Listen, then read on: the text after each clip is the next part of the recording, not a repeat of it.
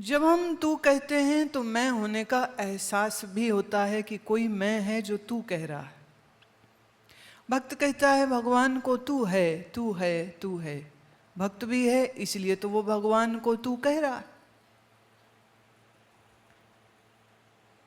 मैं कहता हूं तो अभिमान है, तू कहता हूं तो द्वैत है। मैं हूं का एहसास आता है तो कोई ईश्वर है इसका भी एहसास आता है। और एक स्थिति यह है कि ईश्वर का पता कुछ नहीं, पहले ये एहसास, और फिर जब भक्ति भावना श्रद्धा से मन जोड़ता है तो फिर परमात्मा कुछ है इसका एहसास। लेकिन ये एहसास तू होने का मैं के बगैर हो नहीं सकता। तो तू है तो मैं भी है, मैं है तो तू भी है। और जब मैं है और तू है तो फिर इसमें कभी मिलना तो कभी बिछड़ना। अज्ञान है तो बिछड़ा है, पता ही नहीं कौन है। तो ज्ञान की आवश्यकता, साधना की आवश्यकता। और ज्ञान साधना की आवश्यकता जब पूरी करता है साधना अभ्यास वैराग्य के द्वारा, विवेक के द्वारा, तो फिर जो तू है वो तू का होनापन प्रकट हो जाता है। किसी ने पूछा, अच्छा जब वह तू प्रकट होगा तो मुझे ये पता रहेगा ना कि ये मेरे को मिला है, ये मुझे तू की प्राप्ति हो गई है। बोले ना, जिस मैं को तू के प्राप्ति की अनुभूति रहेगी उस मैं को तू कभी नहीं मिलता।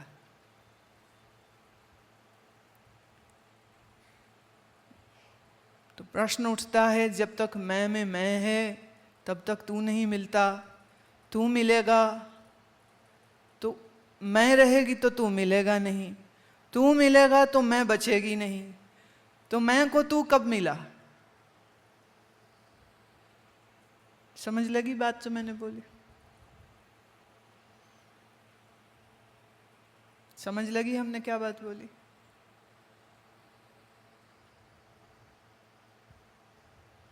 मेरी असली बात तुम्हें समझ नहीं आती, मेरी नकली बातें सब समझ आती हैं।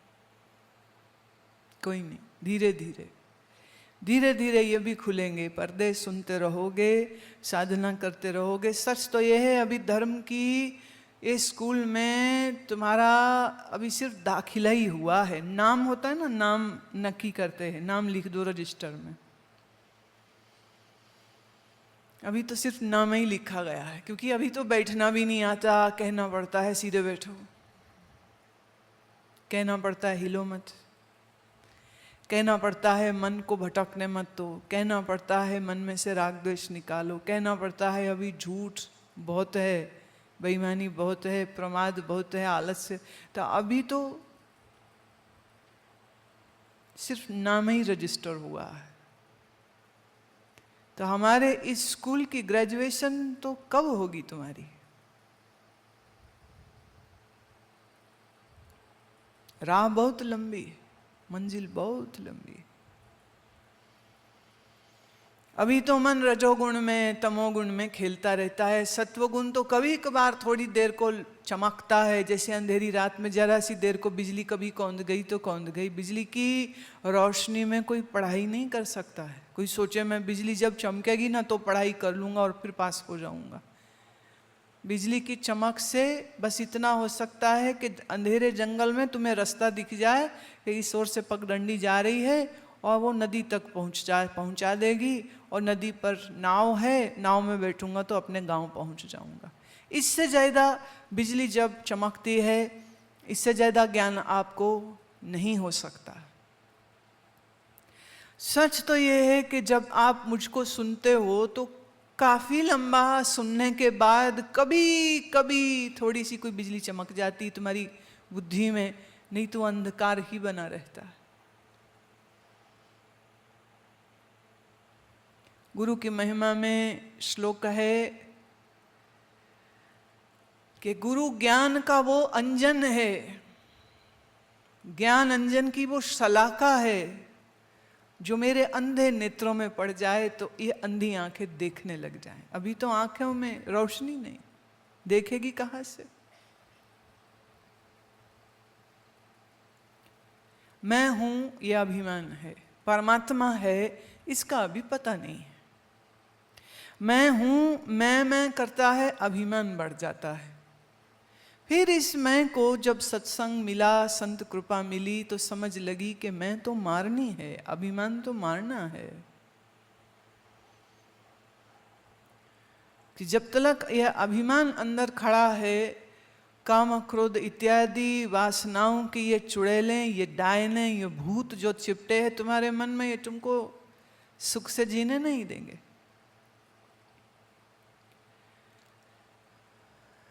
अब जो मन संसार में भटकता रहता है, जो संसार को सच मानता है, उस मन को पहले तो यही समझाना पड़ेगा कि संसार सत्य नहीं है, ये बदलने वाला वह अस्तित्व है। कि इसके पहले कहो कि ये दुनिया है, तब तक दुनिया बदल चुकी होती। आप सोचते हो कि आपके जीवन के 60-70 साल या 20-40 साल की उम्र में सब कुछ ऐसे का ऐसा ही तो है, क्या बदला? ध्यान से देखोगे तो तू खुद वो नहीं है जो तू था जब तू पैदा हुआ था। ना तुम्हारा शरीर वैसा है, ना तुम्हारा मन वैसा है, ना तुम्हारी इंद्रियां वैसी हैं, ना ही तुम्हारी बुद्धि वैसी। क्या ये सब कुछ बदला नहीं है? कभी कभार जब दो दोस्त आपस में एक दूसरे की खिंचाई करते हैं तो वो बोलते हैं, मैं इसको तब से जानता हूं जब इसे चड्डी पहननी भी नहीं आती थी। तो दिखाना ये चाह रहे होते हैं कि हमारी दोस्ती बचपन की है। सब कुछ तो बदला है, लेकिन इस बदलाहट का एहसास तुमको तब होता है जब तुम्हारे बीच में से कोई आदमी मर जाए, नहीं तो तुम्हें एहसास भी नहीं होता।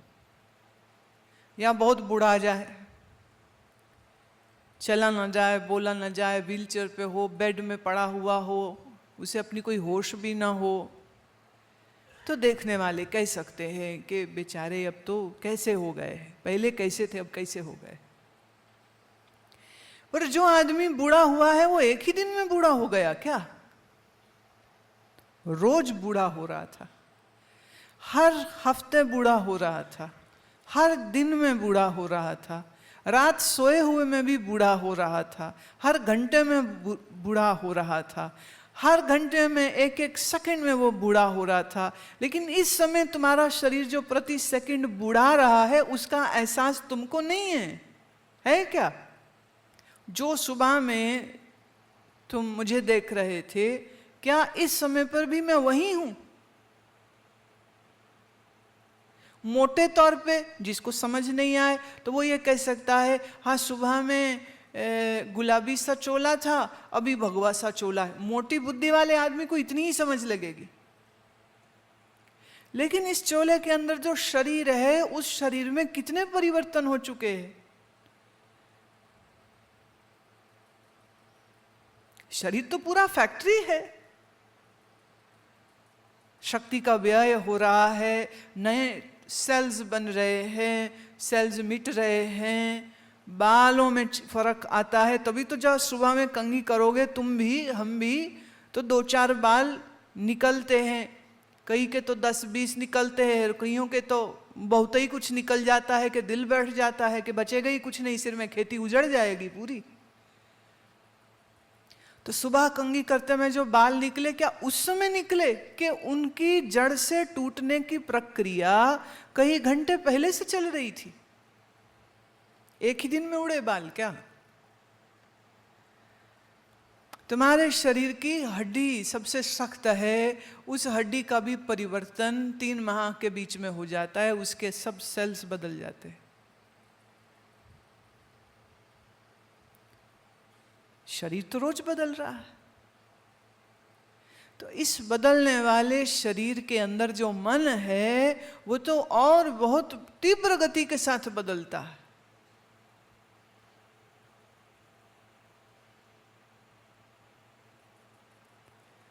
इस बदलने वाले मन और बदलने वाले शरीर कि पीछे कोई चैतन्य सत्ता है जिसमें कोई परिवर्तन नहीं होता है। उस चैतन्य अस्तित्व को जिसने जाना, जिसने पहचान लिया, वो इस बदलने वाले शरीर की बदलाहट पर दुखी नहीं होता है।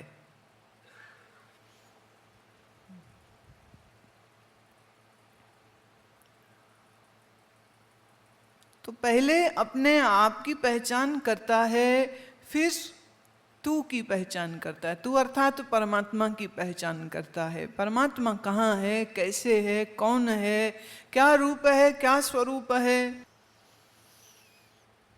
तो गुरु से, सत्संग से, शास्त्र से परमात्मा के बारे में सुनता है, सुनता है, सुनता है, और सुनते सुनते में कई तो सिर्फ सुनते ही रह जाते हैं और कोई के तो जीवन बदल जाते हैं।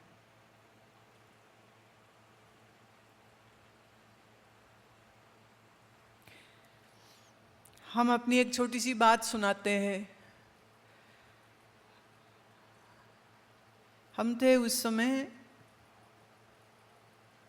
6ठी क्लास में, जब हमने ये बात को सुना और सुनाने वाले महात्मा ने इतने प्रमाण दे दे करके, इतने प्रेम भक्ति के गीत गा गा करके इस बात को समझाया था कि परमात्मा ही माता पिता है और हमारा संसार से किसी से कोई संबंध नहीं है। ये शरीर के माँ पिता भाई बहन होते हैं, हमारा असली माता पिता बंधु भ्रात तो परमात्मा है। ये बात इतने जोर से अंदर लगी दिल को कि उस दिन से हमने अपने नाम के साथ जो उपनाम था, सरनेम होता ना सबका, तो हमने अपने जो हमारी एक साधना की जिसमें हम अपने विचार लिखते थे, एक ऐसी कॉपी लगाई थी। उसमें हमने पहले जो अपना नाम लिखा तो अपने पिता का जो सरनेम है उपनाम उसके साथ लिखा था। जिस दिन ये बात समझ आई उस दिन वो सरनेम मैंने काट दिया। मेरा सरनेम ये नहीं है।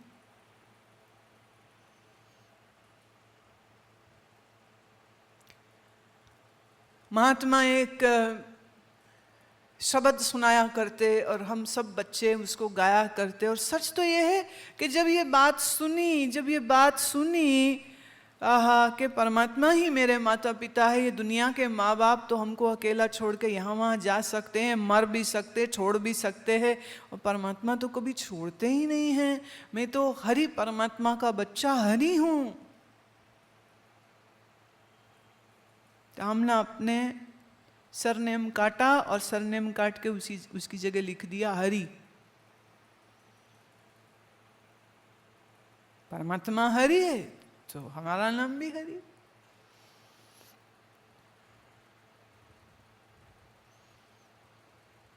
तो सूरज देखते ना चढ़ता हुआ, तो दुनिया के लिए सूरज निकला है, और हमारे लिए मेरे प्रभु ने मेरे लिए सूरज निकाला है, मेरे प्रभु ने मेरे लिए चांद निकाला है, मेरे प्रभु ने मेरे देखने के लिए तारे, मेरे लिए ये फूल, मेरे लिए ये फल बनाए हैं, परमात्मा ने मेरे लिए बनाए।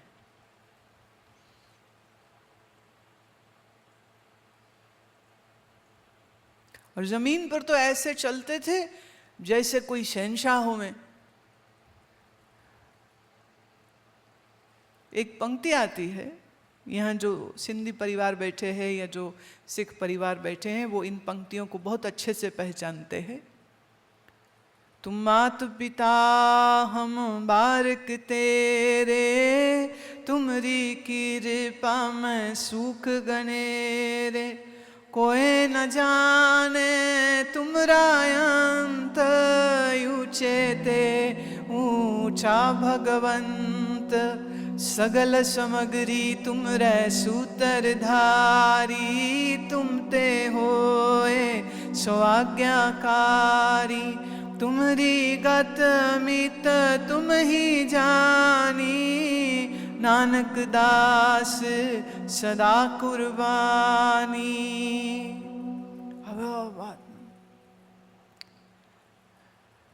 तुम मात पिता हम बारक तेरे, हम तेरे बच्चे, तू हमारा माता पिता है। तो जैसे दुनियावी माता पिता अपने बच्चे की बेस्ट पॉसिबल देख रेख करते हैं, तो परमात्मा मेरा बाप है तो वो मेरी कितनी फिक्र करेगा, वो मुझे कितना लाड देगा, कितना। दुनिया का कोई बाप इतना सक्षम नहीं है जितना परमात्मा सक्षम।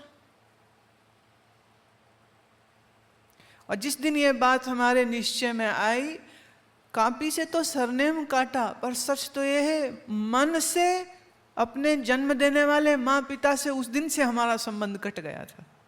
रहे तो घर में, उसके बाद भी 21 वर्ष की आयु तक घर ही रहे हैं, उनके साथ ही रहे हैं, पर सच ये है कि उस दिन से हमारा रिश्ता उनसे कट चुका था।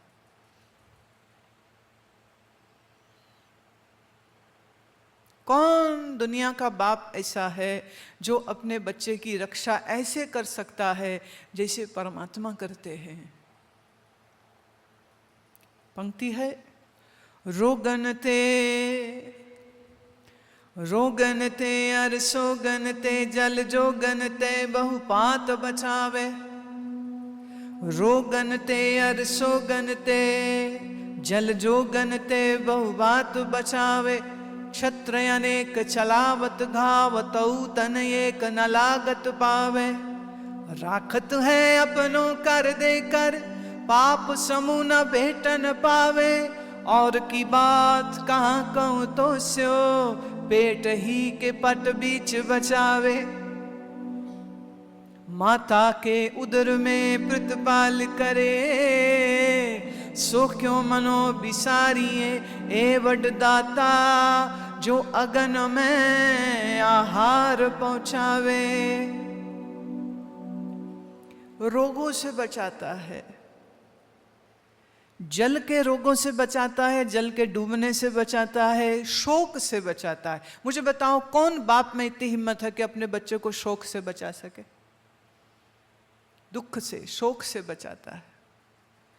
शत्र अनेक चलावत घाव, शत्रु कितना अस्त्र शस्त्र चला रहा है, तऊ तन एक न लागन पावे, उसके तन में एक शस्त्र नहीं छूता। राखत है अपनों कर देकर, अपना हाथ देकर के रखता है। पाप समूना पेटन पावे, जिस जीव ने अपना मन परमात्मा से जोड़ दिया, फिर परमात्मा उसके मन का रक्षक बन जाता है और उसके मन को पाप की राह में जाने नहीं देता है। फिर और की बात कहाँ कहूँ तो सहूँ, और मैं तुमको क्या कहूँ, पेट ही के पट बीच बचावे। माता के गर्भ में पल रहे भ्रूण की रक्षा कौन करता है? माँ के बाप। न माँ को कुछ खबर होती है, न बाप को कुछ खबर होती है, लेकिन पेट के अंदर जो भ्रूण, जो बच्चा पलता है, उसका नाक, मुंह, हाथ, पैर, ये कौन बना रहा है? कौन रक्षा करता है वहां? आमाशय में पाचक अग्नि, लिवर में रंजक अग्नि, इतनी सारी अग्नियों के बावजूद जब तक बच्चे का पूरा शरीर नहीं बन जाए, अपान वायु धकेल के उसके शरीर को मां के गर्भ से बाहर नहीं निकालती। ये किसने बनाया सिस्टम? तुमने।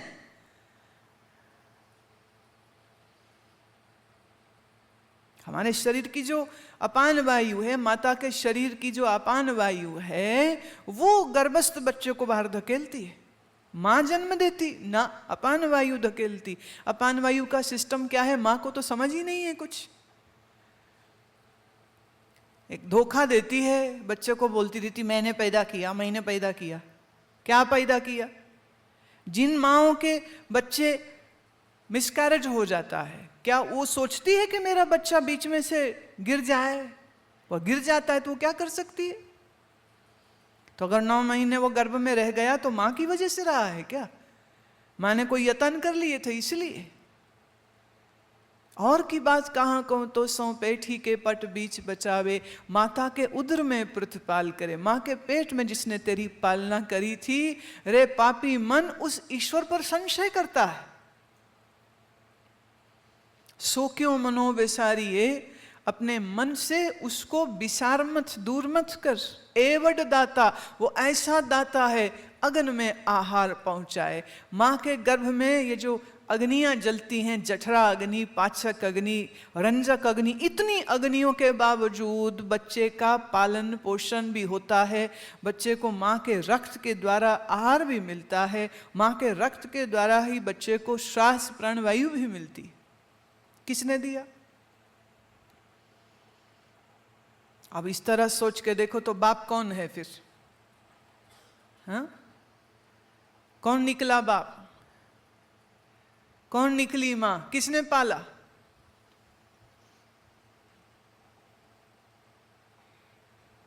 अब ये निश्चय जब बन जाता है तो भाई सिवा परमात्मा के फिर और कुछ कहां याद रहेगा? सूरज चांद तारे कुछ भी देखता है तो यही दिखता है उसको कि प्रभु की लीला है, और ये मेरे परमात्मा पिता की लीला है जो चल रही मेरे आमने सामने।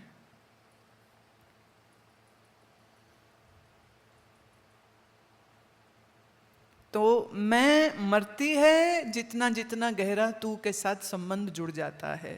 तू माने परमात्मा।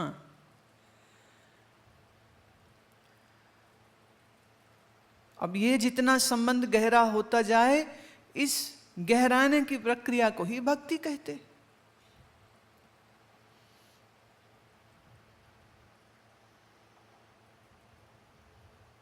अब ये भक्ति जिसकी दृढ़ हो जाती है उसका मन शुद्ध होता है। जिसका मन शुद्ध हो जाता है वो किसी ब्रह्मवेत्ता गुरु से जब ज्ञान का श्रवण करेगा, सुनते सार ही उसको आत्मा अनुभूति हो जाती, उसको कुछ अलग से करना नहीं पड़ता है फिर।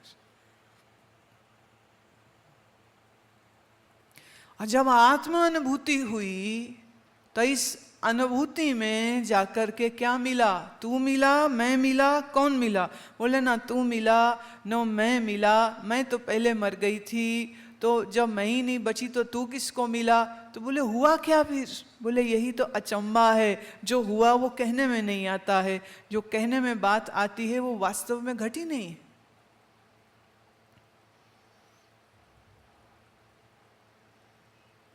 मैं है नहीं पर तू मिल गया है। पर जब ये तू मिलता है तो वो कौन कहे कि क्या मिला है? क्या मिला है पूछा जब फकीर से, मिला परमात्मा, मिला भगवान, मिला खुदा तुझको। तो फकीर कहता है हो।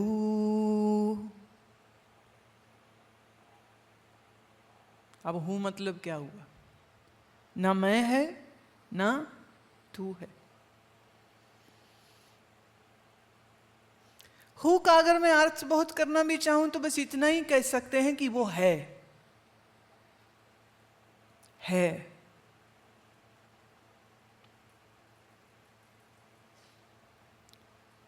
जैसे सोना है तो सोने का कड़ा है, सोना है तो सोने की रिंग है, सोना है तो सोने का बुंदा है, सोना है तो सोने की बनी पायल है। सोना नहीं है तो पायल है, सोना नहीं है कान के बुंदे हैं, सोना नहीं है कंगन है, सोना नहीं है। सोना है तो सब कुछ है, सोना नहीं है तो कुछ भी नहीं। ऐसे ही वो है तो सब है, वो नहीं है तो कुछ नहीं है। अब वो क्या है? उस तत्व को फकीरों ने हु शब्द दिया।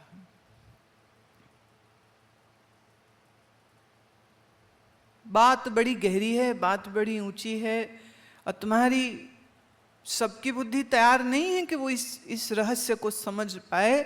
लेकिन अभी फिलहाल मैं उस तरफ तुम्हें ले जाना भी नहीं चाहती हूँ। लेकिन इस हु का प्रयोग को आप सबको बड़ी सहजता से हम करवाएंगे, क्योंकि इस प्रयोग में जो शक्ति का उदय होगा वह काफ़ी है तेरे इस बकवास करते हुए मन को चुप कराने के लिए। तो आज का अभ्यास,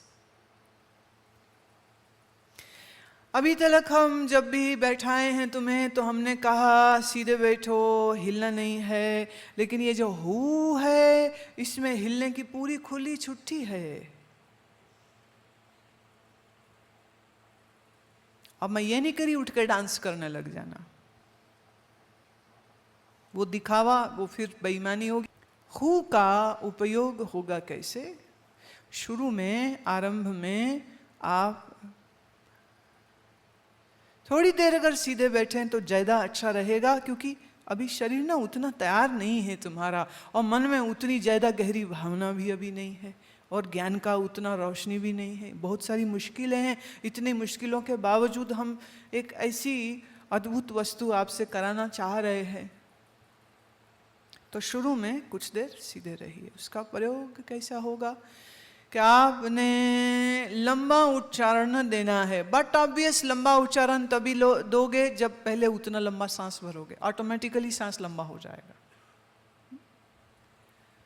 तो शुरुआत होएगी तो हू हू हू हू हू, ये चलता रहेगा कुछ देर तक। कुछ नहीं सोचना, बस इतनी ही ध्वनि करनी है। बात समझ लगी? फिर उसके बाद संगीत की लय कुछ बढ़ जाएगी, और जब संगीत की लय बढ़ेगी तो आपके बोलने की लय भी मेरे साथ बढ़ जाएगी। तो अब उस समय पर हु हु हु, अब देखो जब हम हु बोलते हैं, एक है कि गले गले से बोले, यहां से आ रही आवाज तो हु हु हु हु, पर हम कह रहे हैं नाभि से, यहां से तुम्हारे हु हु हु हु। फेफड़ों का जोर लग रहा है, फोर्स यहां से आ रही है, छाती से जोर आ रहा है, गले से नहीं, छाती से। जब छाती से, तो उसकी डेप्थ जो है आपको आपके पेट में भी महसूस होगी। एक झटका आपको पेट पे, झटका पेट में देना नहीं है, यूज लंग्स करने हैं अपने यहां से। और ये हु का क्रम चलता रहेगा। अब ये हु बोलते हुए में शरीर बाएं दाएं हिलना चाहे हिलने दो, शरीर आगे पीछे होना चाहे, तुम कुछ मत करना, जो कुछ होए तो होने देना।